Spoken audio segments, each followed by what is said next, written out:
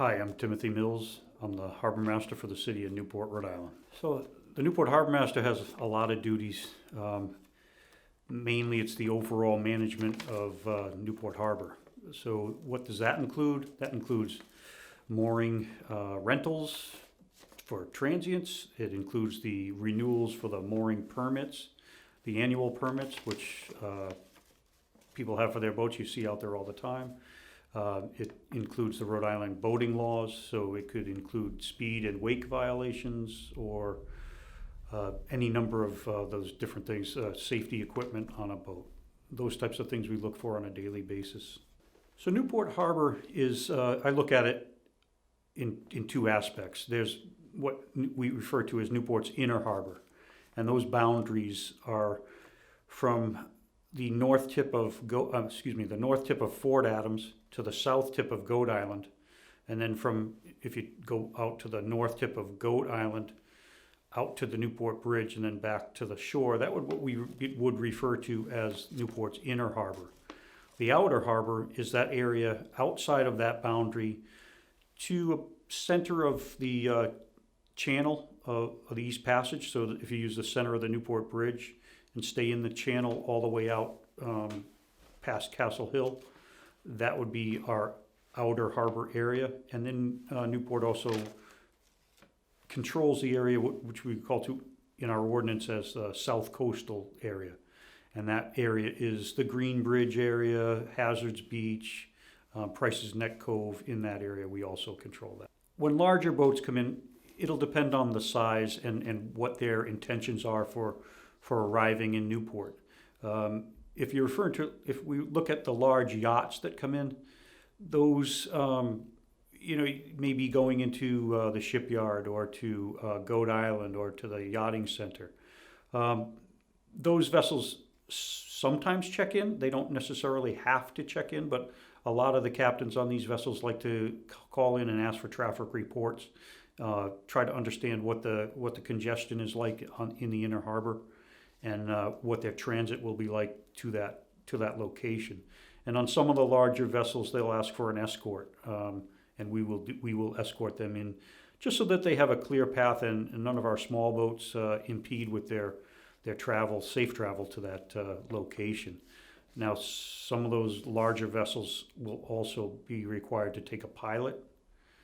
If that's the case, I believe the cutoff for that is 300 tons and over would need a local pilot, unless the captain, of course, has pilotage himself, which is sometimes the case. A local pilot is someone who's very well versed in the local area, knows all the buoys and the charts really by memory. These men and women are really very highly skilled individuals who have lots of experience operating vessels of the tonnage that's required, or most of them much larger. So you'd see a local pilot on any of the ships that come in that would require it by state law.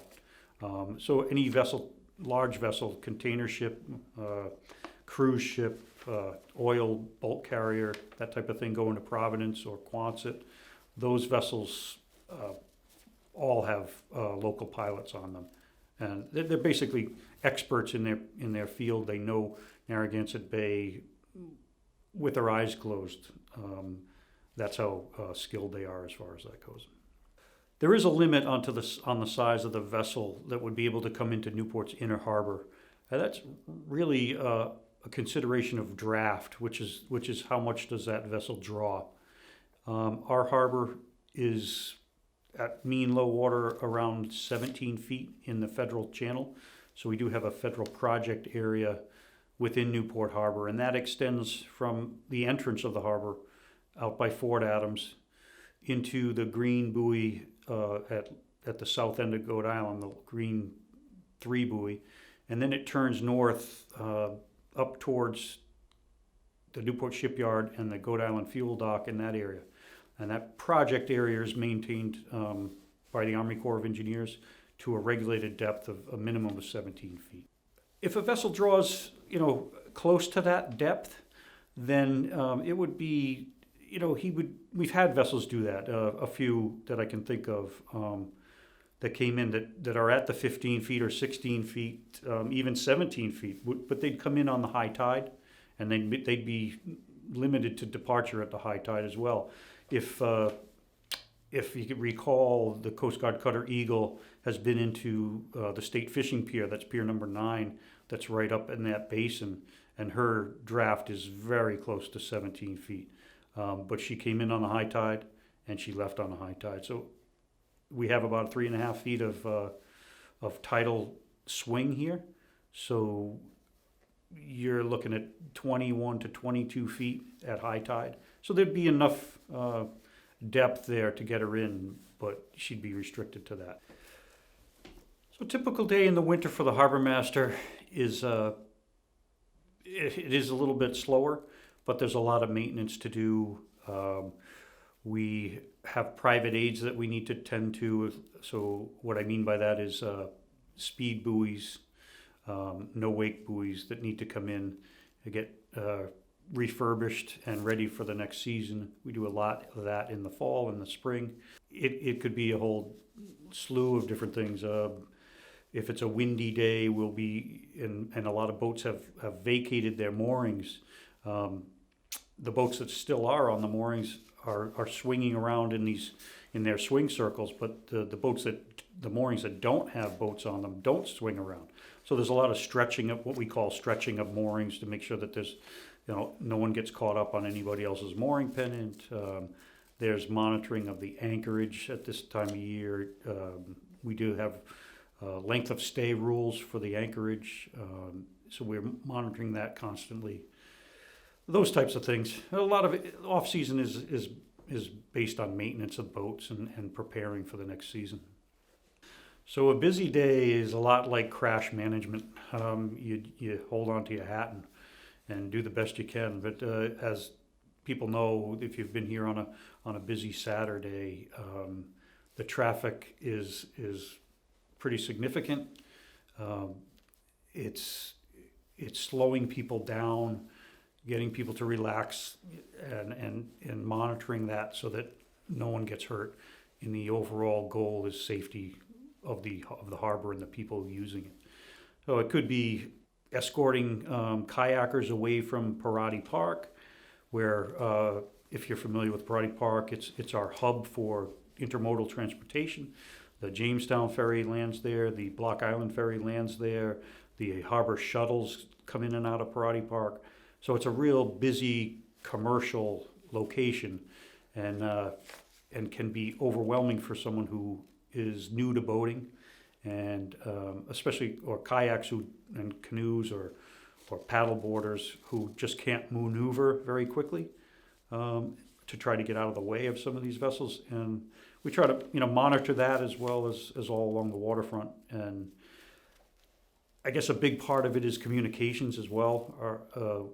We can be hailed on VHF channel 16, and just for any kind of information, from pump out information to mooring availability to anchorage availability, to people who might have a small problem with another vessel next to them as far as swing circles go. It can, days fly by in the summertime. So I was hired as a harbor master in February of 2001, so I'm coming up on 20 years.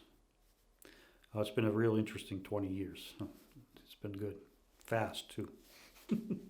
We've had a lot of interesting things happen in the 20 years, and it's so funny that you say that, because when you're sitting around thinking about these things, you can recall them all the time, but when people ask, it's hard to remember. But there's a few highlights. The one that is pretty memorable that you just brought up is the Big Red Boat, which was a cruise ship that came into Newport Harbor, visited for the day, and upon departure, they could not raise their anchor all the way off the bottom. And they got underway with the anchor dragging on the bottom of the bay, basically, the East Passage. And when they crossed over by Fort Adams, between the Dumplings and Fort Adams, they hooked the electric cable that runs between Newport and Jamestown, and the power went out in Jamestown for about a week and a half, I think it was. But yeah, that was an interesting one. On a more environmental note, a really interesting thing that happened one year was I got a call of a turtle in distress in Breton Cove, and when I got over there was a turtle wrapped up in a mooring pennant, and it was close to drowning because she couldn't get away from it. It had it wrapped around her flippers and really stuck. So another concerned citizen and I freed the turtle, and she swam away, and it was I always remember that turtle just swimming away and thinking, wow, that was one of the most interesting things I've been able to see. We've had vessels abandoned in the anchorage that have ended up being really interesting issues that have come up and led down these paths that you never thought you'd go down. And what it's like to seize a vessel from the city's perspective and take over when an owner has just abandoned it, and getting the marshals involved, and that whole court case of how to go about that is pretty interesting. Those types of things are, not all that common, but do happen occasionally. So in serious incidents, we don't have that many major incidences, thank God. Unfortunately, we did have one last year, but nothing this year. We have a lot of minor accidents, minimal things, boats just bouncing off of each other, sailing dinghies sailing into boats on moorings, the occasional power boater, that loses control of a vessel due to a malfunction of the equipment, and a collision occurs like that. But luckily we haven't had any real major serious. Well, we don't have many serious where people are injured, but there are a few. We do some assistance towing like that. That's kind of how I think our job is to look out for the boating public and help them whenever possible. It's the mariner's rule, I feel like, that you go to the aid of another mariner if they need it, and that's what you do. So yeah, we do that on occasion to help them and keep things safe. Yeah, we'll do that. Yeah, I always tell the guys I'm really not a ticket person, but there are events where it's warranted. We like to educate first and use a ticket as a last resort. So we do give a lot of warnings if we can't actually speak to the boater himself. So if a boat is left where it shouldn't be on somebody else's mooring or at a dock where it shouldn't be, then we'll issue a warning. Sometimes a ticket. For the serious speed violations, we will issue a speeding ticket, and it's mostly about the wake. Wake violations can be really damaging to other vessels and the people on those vessels. So we're really concerned about the wake. There are about 915 moorings in Newport Harbor, and they're made up of about 2/3 are private moorings. So, and about the other third is our commercial moorings. So the commercial moorings are what we would rent to people, or any visitor could come and use. And the private moorings are like your garage for your boat, if you want to use that term. And that's where people have waited on a waiting list for sometimes many, many years to have the chance to install a mooring in Newport Harbor. And yeah, we control that. We make sure that the right boat is on the mooring, and someone hasn't picked it up inadvertently or intentionally, so that the owner can use it when they get back. So yeah, we monitor that. We also issue permits for those moorings. So that's some of our busy time in the winter is issuing those permits and getting payment back from them, and then ensuring that all their paperwork is correct. The right size boat is on there, they have the right weight of anchor for their mooring, those types of things. I feel like we're the first people that a visiting boater sees. So the Harbormaster staff has a lot of interactions with that boating public, and especially on their first visit here. So I think it's important to make that a positive thing. So we try to leave a positive taste in everybody's mouth when they visit here, and at least any interaction with the Harbormaster's department anyway. So if a visiting yacht comes into Newport Harbor looking for a mooring for just an hour or so, it is possible for them to obtain that type of situation. Most of the commercial companies like to rent for the day, but some will do it on an hourly basis. But when we hear that question, or we're answering that question on the radio, a lot of times we look to see what are they looking to do. Like what's your intentions? Are you you want to just have lunch, or you looking to go into town for a little bit? The city does offer 2 public piers to the visiting transient boater, and that they're located at Parati Park and at the Ann Street Pier. So you can go in there for, like, let's use Parati Park, for example. There's about 400 feet of transient dockage there.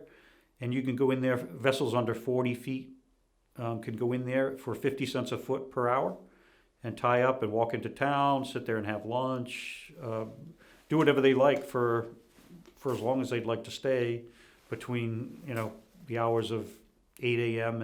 and 10 p.m.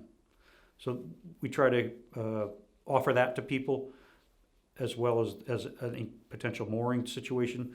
Or if they, don't want to be charged for anything, then we direct them to the anchorage, and they can go in the anchorage and stay as long as they want. For the day, I should say, that there is a 14-day length of stay in the anchorage. We've had a few very large vessels in Newport Harbor. Some of the yachts that showed up this year on a pretty large scale would be Limitless. She was at the shipyard.